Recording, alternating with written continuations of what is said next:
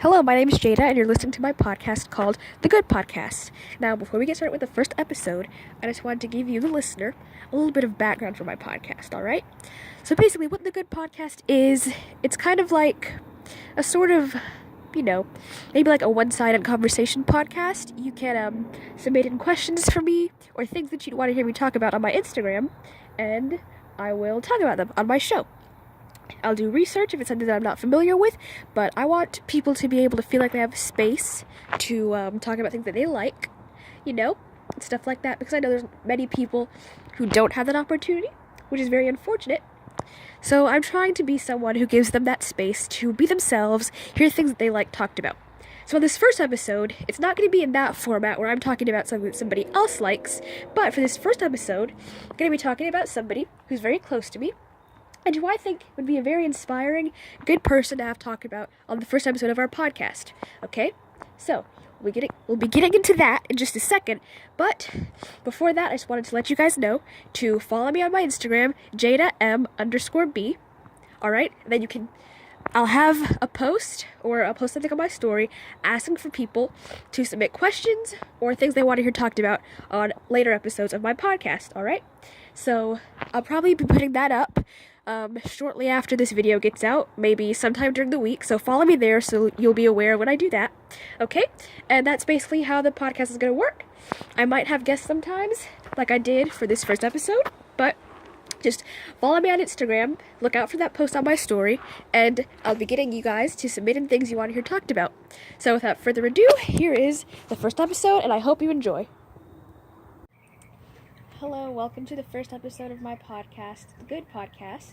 Today I'm here with Shambi Broom, and what are we going to be talking about today, Shambi? Well, I'm going to tell you a little bit about what I do and why I think it's important that I'm out in the community doing the different things that I'm involved with. Okay, so could you tell us some of the different things that you're involved with? Okay, well, I'm a web developer by trade, and I started a company in 2004 where we focus on small businesses and helping them with their websites, internet marketing, and website maintenance. And then 3 years ago, I started a nonprofit called Web Girls Code, and we do computer science training for girls, really helping to show girls that they can have superpowers through computer science and getting them excited to possibly look into going into a STEM field when they get older. How did you first get interested in web design? Well, I've always liked technology. My mom was somebody that even if we didn't have a lot of money, we always had some kind of technology in our home, or we'd have a relative give us an old computer, so that really sparked my interest. And then as I got older, I found that I loved writing and I also loved art. So the job that I have now was not around when I graduated high school. So as the internet became more and more popular, I realized that was something that I liked. I loved being able to create web pages, and I taught myself, and eventually I went to school and learned how to become an official web designer and developer. So you mentioned the job you have now was not around when you were in high school, so how did you teach yourself how to code? Well, again, I grew up in the main part of the 90s when the internet was first coming out, and it was just exploring and learning. And finally, in the mid-90s, there were these things on Yahoo called GeoCities, and you could create your own web pages. So just going through their tutorials, a lot of trial and error, I set up my first web page. I did a newsletter for my family since we were all over the country, something that they could go to and kind of see what was going on with some of the different family members. And then finally in 2003, where I was living, the local community college was offering their first ever web design program, and I was able to participate in that. Okay, so what about the second aspect of your business, Web Girls Code? How did you get the idea for that? Well, that came about first just as an idea and a thought. I know how I was as a young girl in school. I was someone that didn't really speak up a whole lot, especially when it came to math and science. And then I have two daughters, and I was helping one of my daughters in her fourth grade class with a project. I was asked to come in to help the students build a Google site. And one thing that I noticed was that there was a lot of repetitive work that had to be done. And I would ask the kids, so what do we do next? And the boys would jump up and they'd yell out the answer, or they'd raise their hand, and the girls would just sit there and wouldn't say a word. And I was walking around the classroom and I'm looking, and these girls are 1 or 2 steps ahead of where we were. So they knew the answer, but they chose not to speak up. So that just kind of brought me back to how I was in school. So I saw that the schools are wanting kids to know how to build a website or how to use technology, but it's not necessarily in an environment where girls feel comfortable speaking out or telling what they know. So that kind of sparked that passion to create something or an environment where girls could feel comfortable learning about technology and giving them the confidence to be able to speak out about it when they are in a mixed gender setting. So that's kind of where the passion came from, and then that eventually became a reality. So in your college, how many females were in that class? It was a very unique class. We actually started out with maybe about 20 to 26 students, and because it was the first time this class had ever been offered, it was all encompassing. We had one professor that was teaching all the different aspects of web design. Well, after the first semester, about half the class dropped out just because they said it was too hard. And so those of us that were left, believe it or not, were majority female. But we were also not your average college student. I was in my late 20s, and the other women were in their 30s and 40s. And so I think that's why we stayed. And then we had one young man who was 19 years old. So that was a real unique situation. I think that's what made it exciting for me, and our professor was female. So I think that's what really made it something that I wanted to stick with and continue learning. How do you think web development and your career have changed over the years?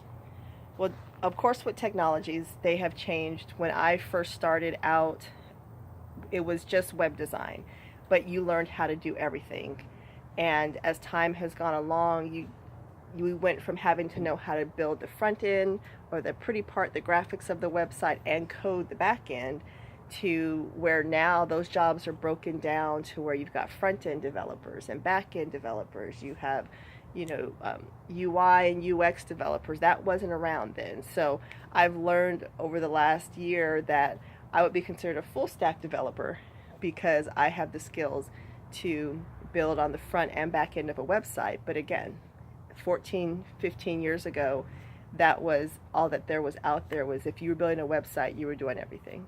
Okay, so how do you think that you're, being a female web developer or female person with a computer science career, how do you think that what you do and, with your Web Girls Code, how do you think that's important?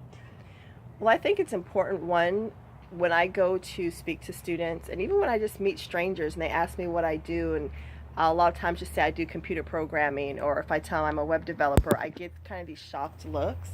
So I think it really helps take away some of the preconceived ideas that people have of a computer programmer, and that's what I've found over the years. I also embrace and love the fact that as a female, I can see that I bring something different to the industry. I've had clients hire me because I'm a female, or because we have a female-owned company, because they say that they know that women look at things differently and they want a female perspective to market their company through their website. So that's one thing I find that's really interesting, and I try to embrace it and share that with others. And I love going to a classroom, and when girls can see someone that looks like them, who's female, who's a minority, they can see someone that looks like them, and it really expands their idea of what they can be. So I love being able to see those reactions and just challenging the mindset culturally that a lot of people have, that this is not a job that women can do.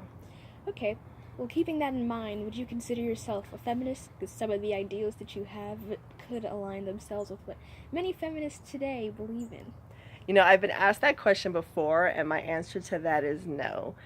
I know different people have different ideas of what it is to be a feminist. I don't consider myself one because when it comes to a lot of traditional roles, I don't have a problem with that. I think the issue that really comes up is that in our country, our culture, unfortunately, there are a lot of views that have suppressed women and have made society as a whole look at women in a negative light or feel that women can't do certain things. And those are the things I challenge in the sense of naturally we can see how women are able and capable to do jobs that a man can do. And yes, there are differences, and that's the thing that I look at. I love embracing the differences that I have as a woman. I may not be, in my case, as physically strong as a man to do a particular job, but that doesn't mean I'm not as mentally strong. And so I think for me, it's more so helping each girl to find their strength and helping them to see that just because you were born female, that does not mean you're lesser, despite what your culture or what society might say. It's finding your power, finding that superpower, and being great for who you've been created to be. Okay. What do you think about feminism? I think each person is, we're independent bodies, so each person is allowed to have their views. And as long as people are respectful, that's what it comes down to me is, you can express yourself on how you may feel, but making sure that you're being respectful to those that are around you. Okay, so how do you think that STEM careers or women in STEM careers, how do you think that's going to develop or change in the future? Well, I think we're seeing little bits of chunks slowly being taken off of the glacier that has been created over the years. I think it's still going to take a lot because I can even see in the next generation coming up, a lot of the views that we have in our culture that women don't do certain jobs are still being expressed to me by young men. So I think we have a lot of work to do. I'm very positive. I think we will see numbers increase. I don't know if we'll see the numbers jump as much as we'd like to in the next 10 to 20 years, but I do think there will be an increase, and it really comes down to culturally as a whole. We just have to do a better job of helping young ladies see that they are different because they're female, but those differences are a good thing. Those differences bring new ways of creating technology, new ways of bringing ideas to the table, and that we should embrace those as being something good, even if it is different and not something that's negative. Okay, so you mentioned that you have 2 daughters. How has your career and even you pushing females to get interested in computer science, how has that impacted them? Well, I can see that they definitely have embraced technology. I have one that wants to go, she's an artist, and she wants to do something in the animation field. So I can see how they are very comfortable with technology, and I appreciate that. And I also love seeing how they have that attitude that if there's something that they want to do, they can do it. They just have to work hard for it. So I think my example shows them that, and that there's no such thing as you can't do it or that's too hard because you're female. That's not an excuse. It's a matter of if you find something that you like, find out how you can use that, and that might become your career. Okay, so do you think that in terms of like what you do you think that that is a very important thing to society? Because many people today, even with women in STEM careers, will say, oh, well, women shouldn't have computer science careers and stuff like that. How do you think society as a whole has changed their view of computer science careers in general? Well, I think in our country, there hasn't been a huge change. I think you have pockets, like you have Web Girls Code, and you've got Black Girls Code, and you have Girls Who Code. So I think we have a lot of great organizations and pockets all over America working towards the same goal. But I still think there's a lot that has to be done in our culture that may not even have to be done in some others. I met someone from another country, and he was actually surprised when I told him about Web Girls Code, because he says in their country, he's like, the women they can have the same jobs that men have. That's not a thing with us, that we have to like direct them into a particular job because traditionally they don't go that route. So it was kind of surprising for him that here in America we seem to have a lack of knowledge of women wanting to, or young girls who want to go into STEM careers. So I think that there's a lot of progress that can be made, but we still have an uphill battle with that. Would you consider ever taking Web Girls Code internationally or nationally on a larger scale than the city that you live in? Yes, that's always been a goal that we have, and we've been around for 3 years, so we're still, even though it's been 3 years, in that startup phase of just really figuring out what's the best way to go. And we have put out ideas to larger companies of what we feel our potential is nationally and internationally. So our goal is just to continue what we're doing, to fine tune where we need to, find what works, find what really is of interest to the kids, create custom curriculums that we know are going to stand out from a lot of other programs. And as we continue to work towards that, then our goal naturally is to grow, because we do have a very scalable business model. Okay, so many of our listeners may be a female who wants to pursue a computer science career and who's had their dreams shot down by a man or by the rest of society. So what would you tell somebody who wants to go into a career like that, even if they haven't had a negative experience telling people what they want to do? First, I would say find your passion. It's one thing to go into a career just because that's popular or that's the cool thing or everyone tells you to. Find out what you like. If you like art, then you may find that you'll be great as a graphic designer or a front-end web developer. If you're somebody who loves really digging into puzzles and mysteries, you may find that you're great with code. Just kind of ask yourself, what is it that I like to do? What is my hobby? And then see how that can translate into a job in a STEM field. And that's what I would recommend, rather than just looking at how much you can make or everyone tells me this would be cool to do. Find out what you like, because if you find a job that interests you, then it's going to be something that is not going to seem like work. It's going to be something that's fun for you. Does your job seem like work? No, I love it. I love coding. I love every part of it. And I love figuring out the mysteries of code. And I really enjoy building websites. And I tell people sometimes I enjoy it too much because I'll run behind on invoicing clients. And so that's something that I still have to work on because I do enjoy it so much. So yeah, I love what I do. What are some of the successes that you've had with both of your companies? Well, just the fact with my company that I've had since 2004, it's a 14-year-old company that I've been able to do working for myself from home, and it's allowed me to be able to be with my family. And I have loyal clients who have been with me, some almost from the very beginning, or I still have some that were my first clients contacting me now. So I appreciate just that longevity. And then with Web Girls Code, just the fact that it's even here, to have been able to win a competition to get the seed money to start it, to me that was a huge accomplishment.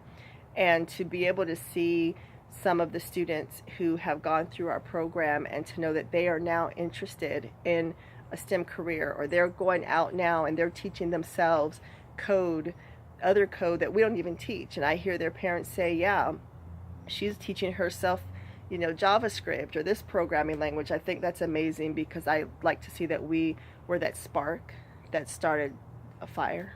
Okay, you've mentioned that many people are surprised when they find out that you're a woman who has a career in computer science, but what do you think are some other things that people would will look at you and say, oh, you wouldn't be somebody to typically have a career as intellectually like a more like scientific career? What are some things that people, or that you think society would say that you couldn't have a career that you have because of where you came from? Well, just even recently I had somebody who actually is a very good friend, but is a male, an older male, and he told me that I wasn't a coder. And I asked him, what do you mean? And he said that web design, that's not coding. And I told him, I said, well, I said when I was in school, I had to learn HTML, CSS, JavaScript, a little bit of Java. Last time I checked, that was all code. And he had no clue that people who build websites, that you do have to learn code. And in my case, I'm more on the development side now than I even do the front end development.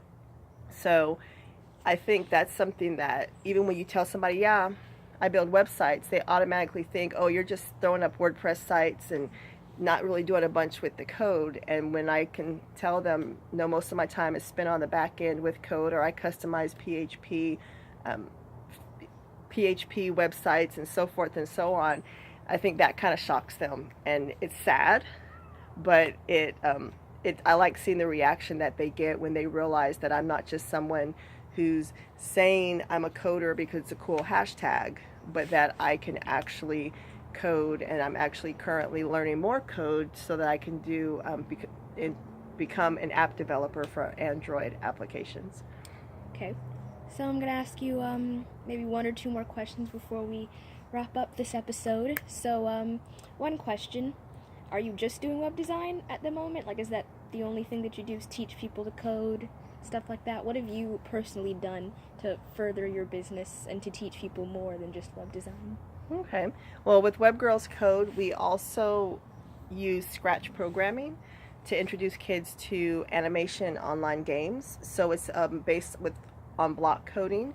So that's one thing that we also do. And my goal, hopefully by the end of 2019, will be to add app development, which is why I'm in school, to learn how to do that. So that's the goal. That's one of the requests I have from a lot of kids, is like, well, we want to build apps. We want to build apps. So I'm trying to learn the hard part of it and figuring out a way to simplify that for kids to be able to do some basic app development. So that's kind of where we are right now. But our focus has always been on the web development, because my belief is HTML and CSS is kind of like basic math. It's a way to get you introduced to coding and computer programming.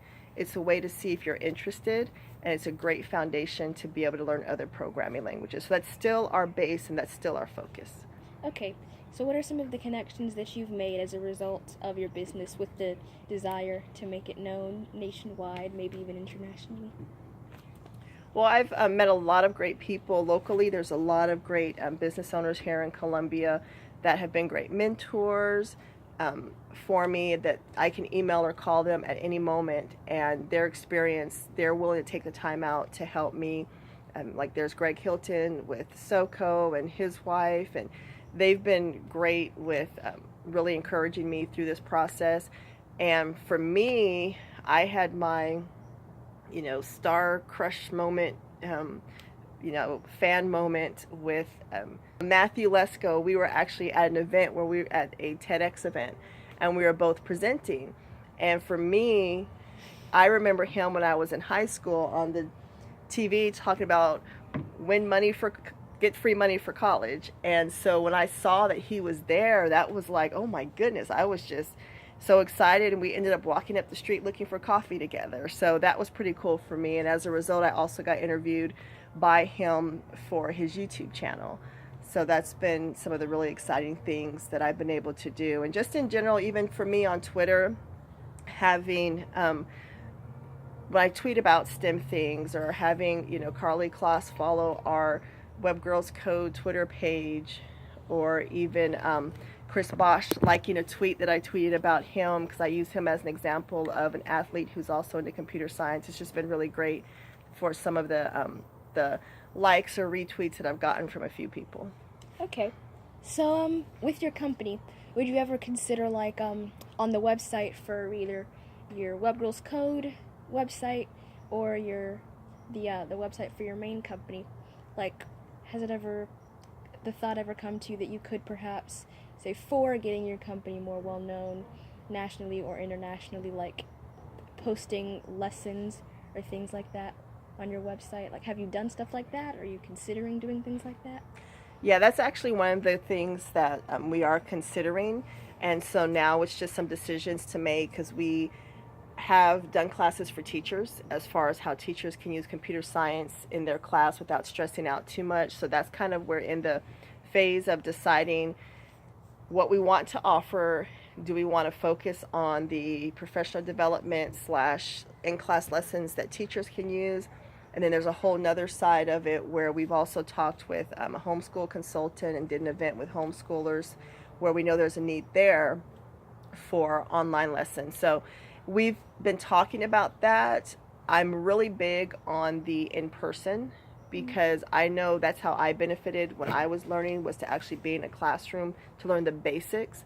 So that's still our focus, but I do see where there can be expansion when it comes to online lessons because our program, we're told, is great and is easy for kids and grown-ups to learn the basics of web development.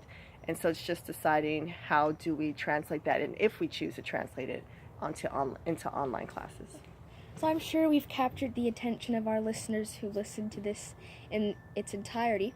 So for anyone who's curious whether they live in your area or not, what are some of the ways that they can see what you're doing in both of your businesses?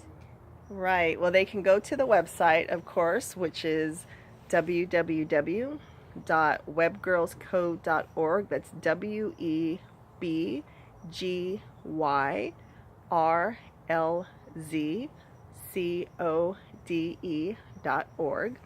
And they can follow Web Girls Code on Instagram and Twitter, and we also have a Facebook page. So that's the best place to go to see what we're up to. And on our website, you can also sign up for a newsletter. So when we have events or workshops in the Columbia, South Carolina area, then they're able to sign up for those. Okay. Well, I have had a very good talk with you, Miss Vroom, and this has been the first episode of The Good Podcast.